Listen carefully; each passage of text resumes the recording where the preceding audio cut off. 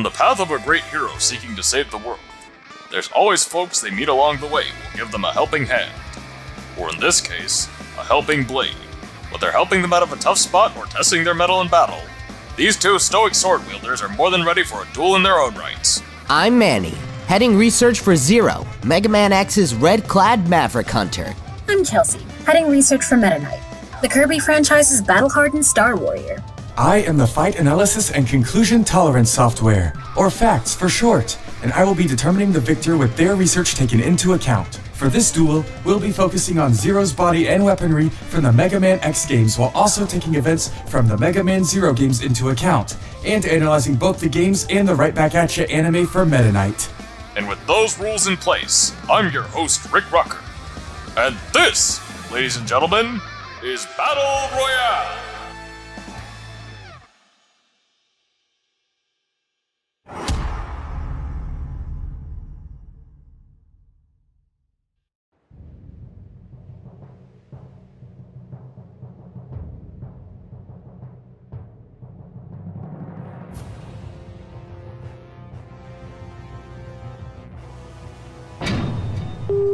This is Zero. I've arrived in the main ship's deck. What's your status? No sign that they know I'm here. No Mavericks either. Proceeding to infiltrate.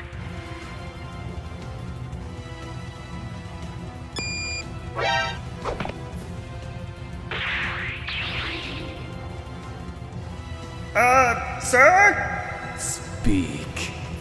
There's a guy in red that's sneaking through the ship, and he's not one of ours. He looks dangerous. So what do I do? Listen to me.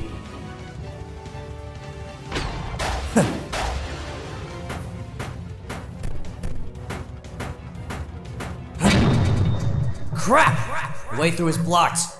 Searching for an alternate route now.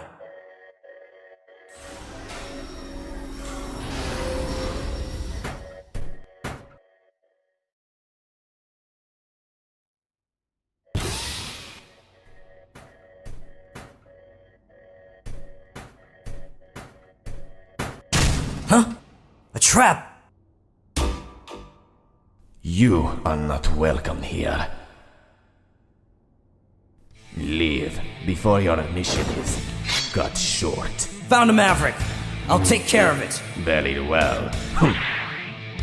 Come! It's showtime!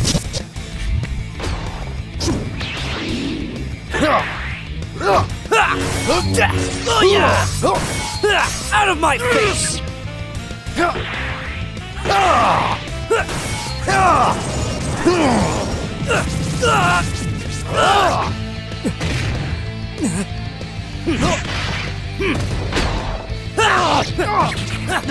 Eat this! See ya!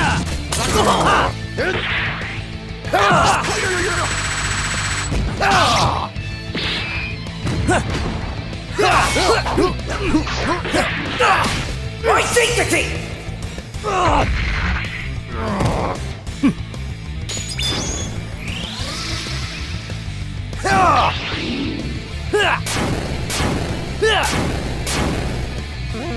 Charge shot!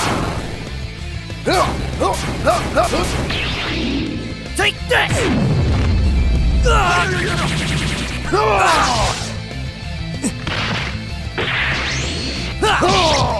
No more days! Time to settle this. Red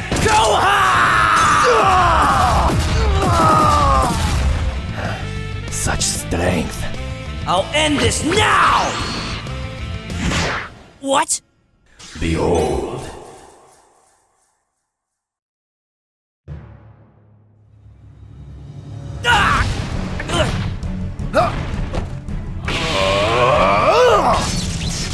I hate this job.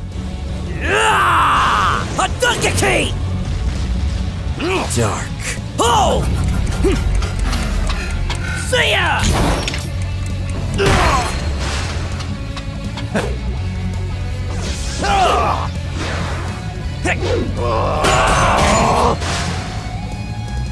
You ain't it! Too slow.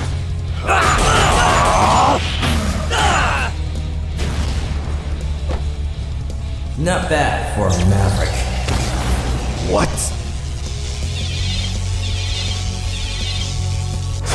Let's end this.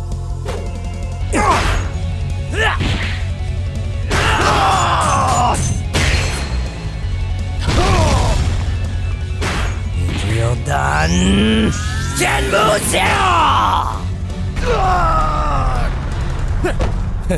Just like a training program.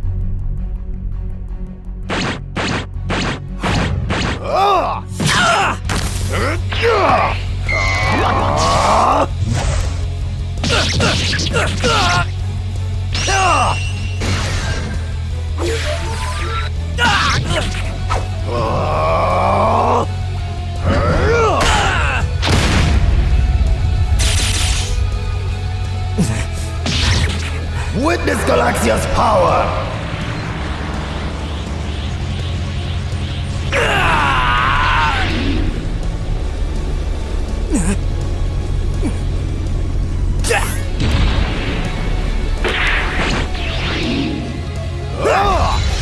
Get out of here! Shoryuken!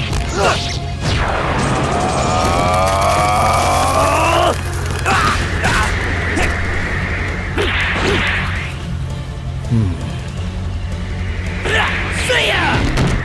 This is over! See? Flasher!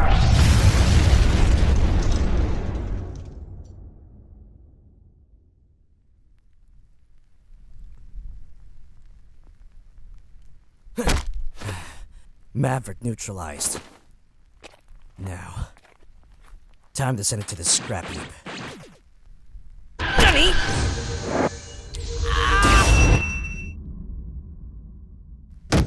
You're not a Maverick? Zero here. Enemy neutralized. I'm done here. Returning to base.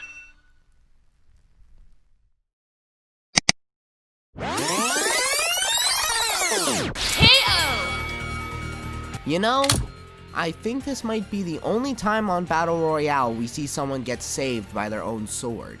This match was an extremely close one to decide. My processors were nearly fried by the time I could crack it. Well, they were pretty evenly matched, after all.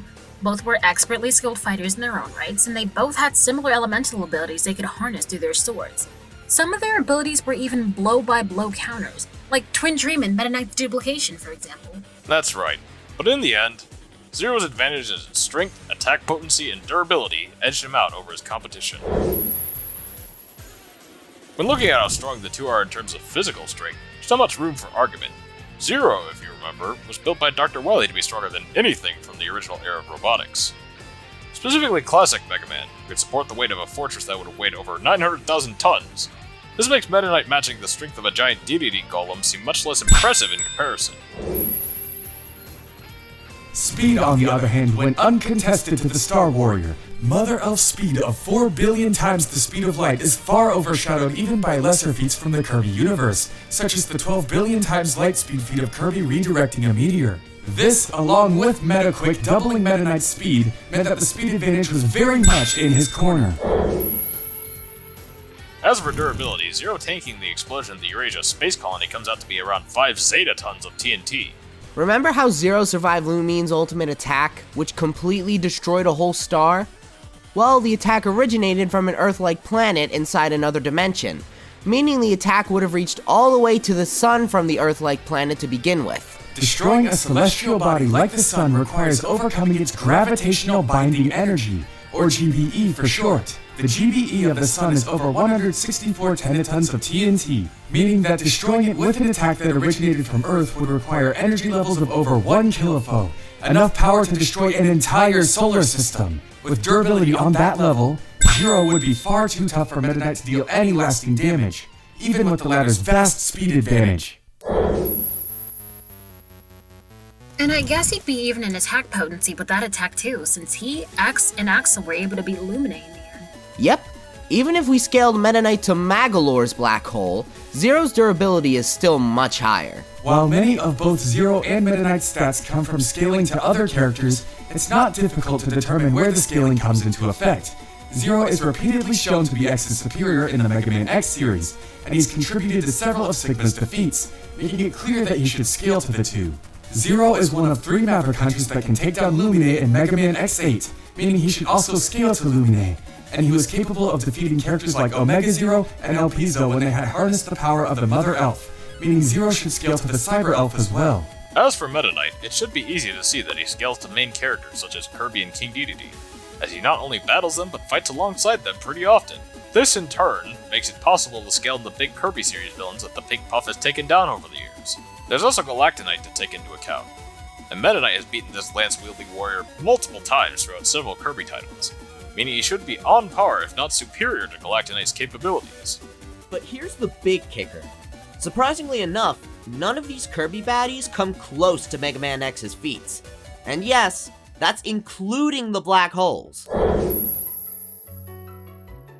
As we established earlier, Marx's and Magolor's black holes are on the table for a debate. We can calc them and get a general idea of how strong Meta Knight is. Between the two, Kirby's most powerful black hole comes in the form of Marx's black hole. Because we want to get the highest number possible to be sure, we'll be using Star Ally's rendition of Marx. You'll see why in a minute. So, let's get Kirby's size here, and compare that to the size of the Marx black hole there. And let's highball the black hole collapse. Bada bing, bada boom. That's 0.24. That's a solid large star feat. Wait, you said Lumine's was 1 foe, right? Doesn't that just make this 5 times weaker? Not that big of a difference if you ask me. No, we said Lumine's sun feat was over 1 kilo foe. Kilo meaning 1,000. 1,000 foe. That's actually 5,000 times stronger than Marx's black hole. Oh my god, you can hardly count this as fair. Read it and weep, Chelsea. In fact, comparing all of their stellar feats to each other paints us a very, very clear picture. The sheer quantity and amplitude of Zero's feats dwarfs Meta Knight's by comparison. Despite Kirby's impressive feats of power, even highballing their best feat is lower than the X series' weakest stellar feats. And I'm guessing arguing Universal Kirby's pretty fruitless too, huh? Yeah, basically. Arguments of these villains being universal aside, the final battles in the Kirby series are typically fought and defeated with powers that Meta Knight doesn't really have access to. In fact, he's usually the one to sit back and let Kirby do his thing. And fighting Galactonite doesn't even things out, considering his doppelganger didn't have better feats than what we mentioned already. Let's make this a bit clearer. Even if we state that Meta Knight could theoretically blitz Zero even at his fastest, Zero is only 1,000 times slower than Meta Knight, taking Kirby's warp start into account and factoring in Metaquick. On the other hand, Zero would be 5,000 times stronger and more durable than Meta Knight, and unlike Meta Knight for raw power, Zero has workarounds for a speed disadvantage. With that all said, here's the results. It's also worth noting that even with their types of elemental abilities being evenly matched, Zero's were way more versatile with his many, many techniques. And his multiple weapons give him an arsenal advantage over the Star Warrior. Yeah, that's a good point. A lot of Zero's abilities came with powers that Meta Knight just wasn't equipped to deal with, too. Darkhold's ability to stop time was especially effective, since it could temporarily negate Meta Knight's speed advantage. The Black Zero and Absolute Zero forms just put Zero's strength and durability over Meta Knight's even more, making any chances Meta Knight would have had at winning pretty slim by the time they came into play. Theoretically, if Meta Knight were to outlast Zero's limited energy supplies for his abilities and techniques, it's possible he'd have a better shot at winning. Unfortunately for him, Zero's pool of abilities, techniques, and weapons is so massive that he would likely be finished before Zero's options had been fully exhausted. And even then, the Z-Saber and Z-Buster were all that Zero needed to win at the end of the day. His attack potency and durability were just too much for Meta Knight to overcome. Advantages in arsenal and abilities were simply the icing on the cake. Ha! Take that, number system! Nothing is greater than Zero! Well, Zero only met a knight once, but that was all it took for this fight to be sorted out. The winner of this battle royale is Zero! Even if we Reploids are destined to join the scrap heap when that evolutionary step does come about, we still have to fight, not only against Mavericks, but against our own destiny as well.